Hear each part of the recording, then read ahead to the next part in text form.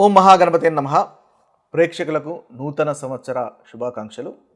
మనము మిథున రాశి వారి యొక్క ఫలితాలు ఈ జనవరి మాసంలో 2025 జనవరి మాసంలో ఎలాంటి ఫలితాలు ఉన్నాయో ఒకసారి చూద్దాము.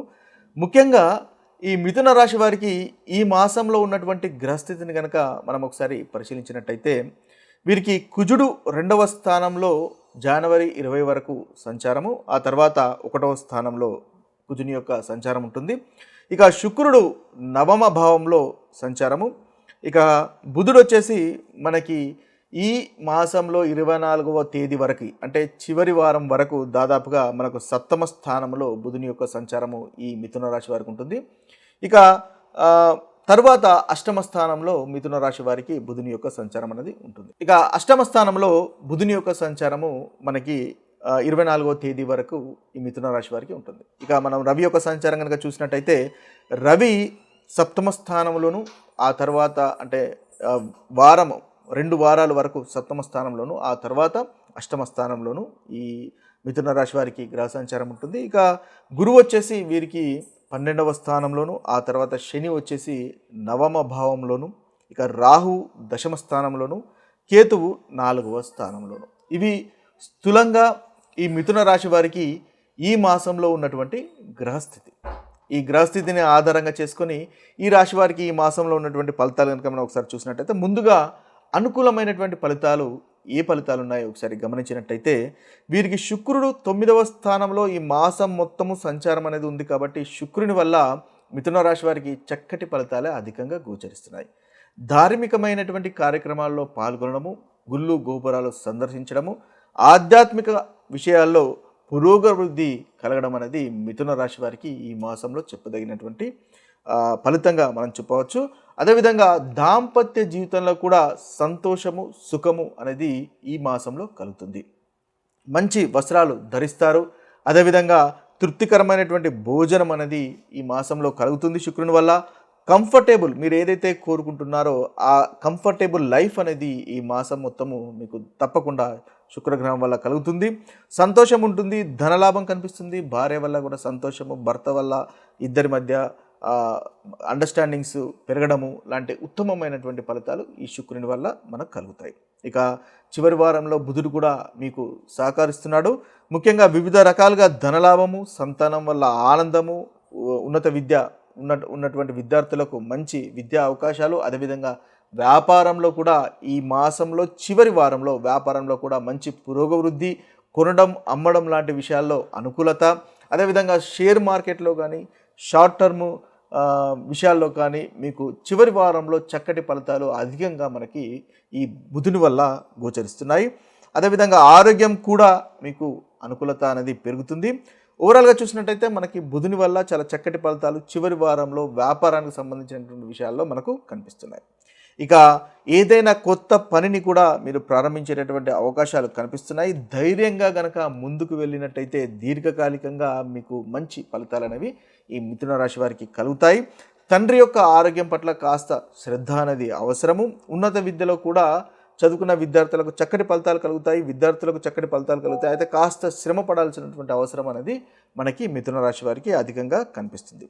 ఇవి స్థూలంగా చూసినట్టయితే ఈ మిథున రాశి వారికి ఉన్నటువంటి అనుకూలమైనటువంటి ఫలితాలు.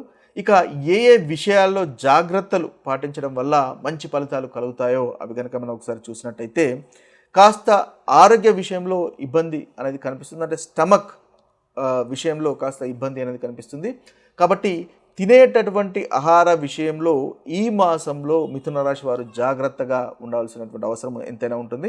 డైట్ విషయంలో కాస్త మీరు జాగ్రత్త వహించినట్టయితే ఏదైతే స్టమక్ రిలేటెడ్ గ్యాస్ట్రిక్ ఇష్యూస్ లాంటివి ఏదైతే ఉంటాయో అవి కూడా మీకు రాకుండా ఉండేటటువంటి అవకాశము అనేది మనకి ఈ మిథున రాశి వారికి ఈ మాసంలో కనిపిస్తుంది.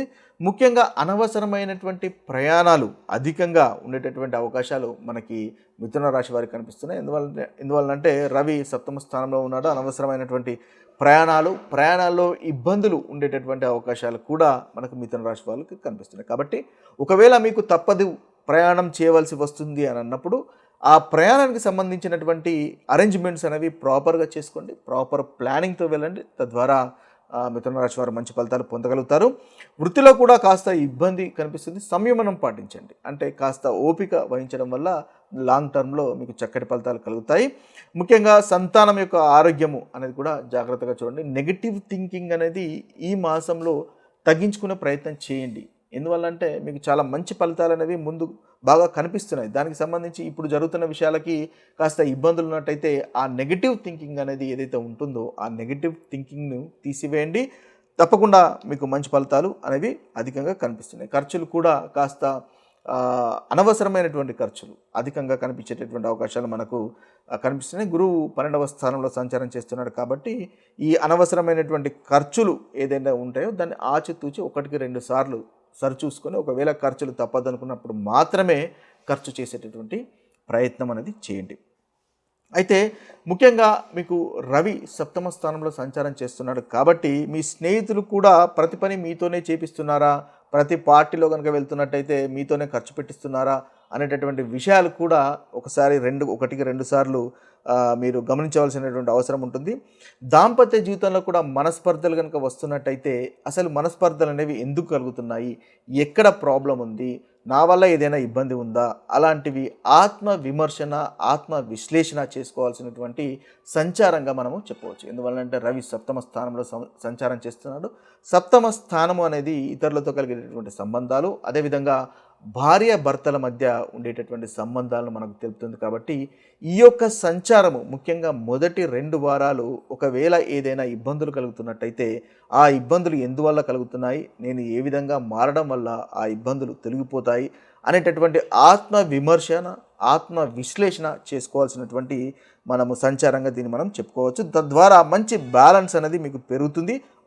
ఆ వైపు ఎఫర్ట్స్ అనేది పెట్టడం అనేది మీకు చెప్పాల్సినటువంటి సూచన. ఇక ప్రతి చిన్న విషయానికి కూడా మీరు కాస్త క్రిటిసైజ్ చేయకుండా చూడండి. చిన్న విషయాలను వదిలివేసే ప్రయత్నం చేయండి. చిన్న చిన్న తప్పులను కూడా భూతద్దంలో పెట్టి చూడకుండా ఉండడం అనేది ఈ మాసంలో ముఖ్యంగా మిథున రాశి వారికి చెప్పదగినటువంటి సూచన. ఇక పరిహారాల విషయాలు కనుక వచ్చినట్టయితే ఆదిత్య హృదయాన్ని పఠించండి, సూర్య నమస్కారాలు చేయండి. తద్వారా మనకి మిథున రాశి వారికి ఈ మాసంలో చక్కటి ఫలితాలు కలుగుతాయి. ఏదైతే ప్రతికూలమైనటువంటి ఫలితాలు మనం ఇప్పటి వరకు చెప్పుకున్నామో ఈ ఆదిత్య హృదయ పఠనం ద్వారా ఆ ప్రతికూలమైనటువంటి ఫలితాలు కూడా తొలగిపోయి అనుకూలత అనేది పెరుగుతుంది. ఓం మహాగణపతే నమః. ప్రేక్షకులకు సంక్రాంతి శుభాకాంక్షలు. అయితే మనం మకర సంక్రాంతి గురించి కనుక మాట్లాడుకున్నట్టయితే ఈ మకర సంక్రాంతి పండుగకు మరొక పేరు ఉత్తరాయణం అని కూడా అంటారు. అంటే ముఖ్యంగా ఎప్పుడైతే మనకు రవి ధనుసు రాశి నుండి మకర రాశిలోకి సంచారం చేస్తాడో అప్పుడు మనము ఈ సంక్రాంతి పండుగను జరుపుకుంటాము. దీన్ని సంక్రమణము అంటే సంక్రాంతి అంటే సంక్రమణము కాంతి అంటే ఏదైతే రవి కాంతి రూపంలో మకర రాశిలోకి ప్రవేశిస్తాడో మనము సంక్రమణం జరుగుతుందో దానిని సంక్రాంతి పండుగగా జరుపుకుంటాము. ఇది ఒక చాలా స్పెషల్ పండుగగా కూడా మనము ఈ సంక్రాంతి పండుగను చూస్తాము.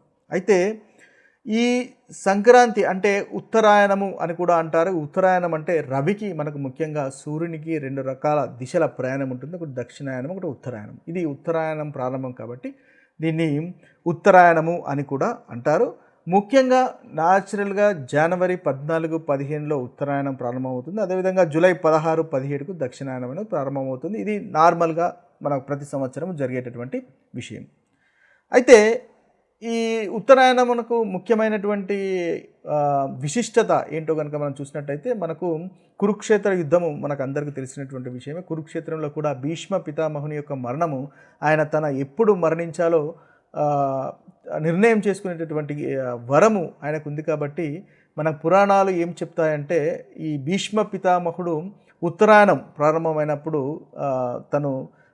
తన తుది శ్వాస విడిచాడు అని చెప్తాయి అన్నమాట. అంటే ఉత్తరాయణకు ఉన్నటువంటి విశిష్టతను మనకు పురాణాలు కూడా చెప్తున్నాయి. అయితే ఈ సంక్రాంతి రోజు మనము ఎలాంటి పరిహారాలు చేసుకోవాలి, ఎలాంటి పనులు చేయాలి, తద్వారా మనకున్నటువంటి పుణ్యము పెరుగుతుంది, పాపాలు తగ్గుతాయి, తద్వారా మనకు అనుకూలత అధికంగా పెరుగుతుందో చూద్దాం. అయితే మకర సంక్రాంతి మనకి 9:03 ఉదయం 9:03 ఉంటుంది. ఇక ఈ సంక్రాంతి పుణ్యకాలం వచ్చేసి మనకి 2 రకాల కాలాలు ఉంటాయి. ఒకటి పుణ్యకాలము, మహాపుణ్యకాలం. ఈ సంక్రాంతి పండుగ రోజు ముఖ్యంగా 9 గంటల 3 నిమిషాల నుంచి 5 గంటల 46 నిమిషముల వరకు ఈ సంక్రాంతి పుణ్యకాలం అని ఉంటుంది. ఇక మహాపుణ్యకాలం వచ్చేసి మనకు 9 గంటల 3 నిమిషం నుండి 10 గంటల 48 నిమిషాల వరకు ఈ మహాపుణ్యకాలం అనేది మనకు ఉంటుంది. అయితే ఈ సంక్రాంతి రోజు ముఖ్యంగా ఎలాంటి పనులు చేయాలి అనేది కనుక మనం ఒకసారి గమనించినట్టయితే, గంగా నదిలో స్నానం చేయడం అనేది చెప్పదగినటువంటి సూచన. అంటే గంగా నదిలో స్నానం చేయడం లేదా తీర్థయాత్ర స్థానాలలో స్నానం చేయడం వల్ల మనకు చక్కని విశిష్టమైనటువంటి పుణ్యము ఈ సంక్రాంతి రోజు జరుగుతుంది. ఒకవేళ మనకు గంగా నదిలో స్నానం చేసేటటువంటి అవకాశము లేదు అనుకుందాం. అలాంటప్పుడు కనీసం మనం స్నానం చేస్తున్నటువంటి నీళ్ళలో గంగా జలాన్ని కలుపుకొని అది శిరస్సుపై నుంచి స్నానం చేసుకోవడం వల్ల మంచి ఫలితాలు అనేవి మనకు కలుగుతాయి. అయితే అభ్యంగ స్నానం చేయడం అనేది ఈరోజు చెప్పదగినటువంటి సూచన. ఇక చూసినట్టయితే మనకి నువ్వులు ప్లస్ బెల్లము అంటే ఈ యొక్క పలహారము అందరికీ పంచడం ద్వారా మంచి ఫలితాలను పొందుతాయి. ఎందువల్లంటే ఇప్పుడు మనకు రవి శని యొక్క మకర రాశిలోకి సంచారం చేస్తున్నాడు. అంటే ఆత్మబలం కలిగినటువంటి శని ఆత్మబలం కలిగినటువంటి రవి కర్మకారకుడైనటువంటి శని రాశిలో ప్రవేశం చేస్తున్నాడు. శనికి నువ్వులు మనం ఎక్కువగా చూస్తాం కాబట్టి ఈ బెల్లము నువ్వులు కలిపి మనం పలహారం చేసుకొని అందరికీ పంచడం వల్ల చక్కటి ఫలితాలు కలుగుతాయి. ఇది ఒక పరిహారంగా కూడా మనం చూడవచ్చు. అయితే ముఖ్యంగా మనము ఈ సంక్రాంతి రోజు సూర్యుని యొక్క కిరణాలు చాలా మన శరీరానికి అదేవిధంగా మన మనస్సుకు ఆత్మకు చైతన్యాన్ని కలిగిస్తాయి. కాబట్టి ఇది ఉత్తరాయణంలోకి ప్రవేశించే రోజు కాబట్టి ఆత్మకు చైతన్యాన్ని కలిగిస్తాయి. అందువల్లనే మన పూర్వీకులు మనకు సంక్రాంతి రోజు పతంగులు ఎగురవేసేటటువంటి క్రీడను చెప్పారు. అంటే అందరూ ఏం చేస్తారు, ఉదయమే పతంగులు ఎగురవేయడం అనేది చేస్తూ ఉంటారు. అంటే పతంగులు ఎగురవేయడానికి వెనకాల ఉన్నటువంటి కారణం ఏంటంటే అందరూ పైకి చూసి ఎగరవేస్తూ ఉంటారు పతంగులు. కాబట్టి సూర్యుని చూడడము, ఆ కళ్ళతో ఉదయాన్నే సూర్యుని చూడడం వల్ల సూర్యుని కిరణాలు మన బాడీకి మనస్సుకు కలగడం వల్ల అత్యుత్తమైనటువంటి మనకి ఉత్తేజాన్ని కలిగిస్తాయి. కాబట్టి అది వెనకాల ఉన్నటువంటి మనము ఒక రహస్యంగా చెప్పవచ్చు. తద్వారా మంచి ఫలితాలు అనేవి మనకి కలుగుతాయి. అంటే సూర్యుని వల్ల కలిగేటటువంటి మంచి ఫలితాలు అనేవి ఇంకా రెట్టింపు అనేది మనకు జరుగుతూ ఉంటుందన్నమాట. ఇక ఆవు పాలతో శివలింగాన్ని అభిషేకించడం కూడా ఈరోజు మనకు ఒక మంచి పరిహారంగా చెప్పవచ్చు. ఇక ఆదిత్య హృదయం పఠించవచ్చు, లేదా సింపుల్గా ఓం సూర్యాయ నమః అనేటటువంటి మంత్రాన్ని 108 సార్లు పఠించినా కూడా మనకు చక్కటి ఫలితాలు అనేవి ఈ సంక్రాంతి రోజు కలుగుతాయి. ఇక మనము 12 రాశుల వారు ఈ సంక్రాంతి రోజు ఇలాంటి పరిహారాలు చేస్తే ఇంకా మంచి ఫలితాలు కలుగుతాయో ఒకసారి కనుక మనము చూసినట్టయితే మేషరాశి వారు ముఖ్యంగా ఎర్రని వస్త్రాలు దానం చేయండి, నెయ్యిని దానం చేయండి, అదేవిధంగా బెల్లాన్ని కూడా దానం చేయడం వల్ల మీకు మంచి ఫలితాలు కలుగుతాయి. ముఖ్యంగా మన శాస్త్రాల్లో చెప్పింది ఏంటంటే దానం వల్ల చాలా మంచి ఫలితాలు కలుగుతాయి. కాబట్టి అది ఒక గొప్ప పరిహారంగా మనం చూడవచ్చు. ఏదైతే దానం చేస్తామో అంతకు రెట్టింపుగా మనకు మళ్ళీ తిరిగి రావడం అనేది జరుగుతుంది. కాబట్టి మేషరాశి వారు ఈ దానం చేసినట్టయితే వారికి మంచి ఫలితాలు కలుగుతాయి. ఇక వృషభ రాశి వారి యొక్క పరిహారాలు కనుక చూసినట్టయితే సంక్రాంతి రోజు తెల్లటి వస్త్రాలు దానం చేయండి, అదేవిధంగా పెరుగును లేదా చందనాన్ని కూడా ఈ వృషభ రాశి వారు దానం చేయవచ్చు. ఇక మిథున రాశి వారి కనుక చూసినట్టయితే మిథున రాశి వారు పచ్చని వస్త్రాలు దానం చేయండి, లేదా గోమాతకు గడ్డిని తినిపించడం వల్ల మనకు మిథున రాశి వారికి చాలా చక్కటి ఫలితాలు పొందుతారు. అదేవిధంగా గణపతికి గరికతో పూజించడం వల్ల కూడా ఈ సంక్రాంతి రోజు మనకి మిథున రాశి వారికి చాలా చక్కటి ఫలితాలు కలుగుతాయి. ఇక కర్కటక రాశి వారి కనుక చూసినట్టయితే కర్కటక రాశి వారికి మీ తాత ఉన్నట్టయితే వెండిని లేదా తెల్లటి వస్త్రాలను దానం చేయండి. అదేవిధంగా కాజును దానం చేయడం వల్ల కూడా మీకు మంచి ఫలితాలు కలుగుతాయి. ఇక సింహరాశి వారి యొక్క ఫలితాలు కనుక చూసినట్టయితే సింహరాశి వారికి కాషాయ రంగు వస్త్రాలు దానం చేయడం వల్ల మంచి ఫలితాలు కలుగుతాయి. ఇక పిస్తా పప్పు దానం చేయడం కూడా చేయవచ్చు. అదేవిధంగా ఎర్రటి మిరపకాయలు లేదా కారపొడిని కూడా దానం చేయడం వల్ల మనకి సింహరాశి వారికి మంచి ఫలితాలు అనేవి కలుగుతాయి. ఇక కన్యారాశి వారి యొక్క ఫలితాలు కనుక చూసినట్టయితే వీరికి ఎలాంటి దానాలు కనుక చూసినట్టయితే పచ్చని వస్త్రాలు దానం చేయడం వల్ల కన్యారాశి వారికి మంచి జరుగుతుంది. అదేవిధంగా మెహందీని మెహందీ దానం చేయడం వల్ల, లేదా బాదం పప్పును కూడా దానం చేయడం వల్ల మనకి కన్యారాశి వారికి చక్కటి ఫలితాలు పొందుతారు.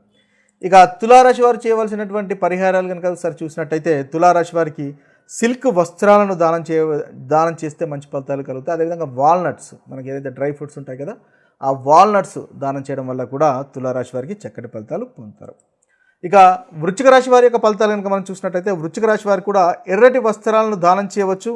అదేవిధంగా గోమాతకు సేవ చేయడం వల్ల కూడా మీకు మంచి ఫలితాలు కలుగుతాయి. తర్వాత తెల్లని లేదా నల్లని నువ్వులను దానం చేయడం వల్ల కూడా వృశ్చిక రాశి వారికి ఈ సంక్రాంతి రోజు దానం చేయడం వల్ల మంచి ఫలితాలు కలుగుతాయి. ఇక ధనుసు రాశి వారి కనుక చూసినట్టయితే, ధనుసు రాశి వారు పసుపు రంగు వస్త్రాలను దానం చేయవచ్చు. అదేవిధంగా వీరికి పసుపు కలర్లో ఉన్నటువంటి అరటి పండ్లను దానం చేయడం వల్ల కూడా చక్కటి ఫలితాలు పొందుతారు. అదేవిధంగా విద్యార్థులకు ఏదో పెన్ను కానీ పెన్సిల్ కానీ అలాంటి చదువుకునే సంబంధించినటువంటి విషయాలు వస్తువులు దానం చేయడం వల్ల ధనుసు రాశి వారికి మంచి ఫలితాలు అనేవి కలుగుతాయి. ఇక మకర రాశి వారు కనుక చూసినట్టయితే, బ్లూ కలర్లో ఉన్నటువంటి వస్త్రాలు దానం చేయాలి.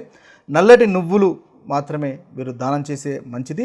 అదేవిధంగా నూనె కూడా దానం చేయవచ్చు. నల్లటి ద్రాక్ష పళ్ళను దానం చేయడం వల్ల ఈ సంక్రాంతి రోజు వీరు చక్కటి ఫలితాలు పొందగలుగుతారు. ఇక కుంభరాశి వారు కనుక చూసినట్టయితే, కుంభరాశి వారు నల్లటి వస్త్రాలు మరియు చెప్పులు దానం చేయడం వల్ల కుంభరాశి వారికి చక్కటి ఫలితాలు అనేవి కలుగుతాయి.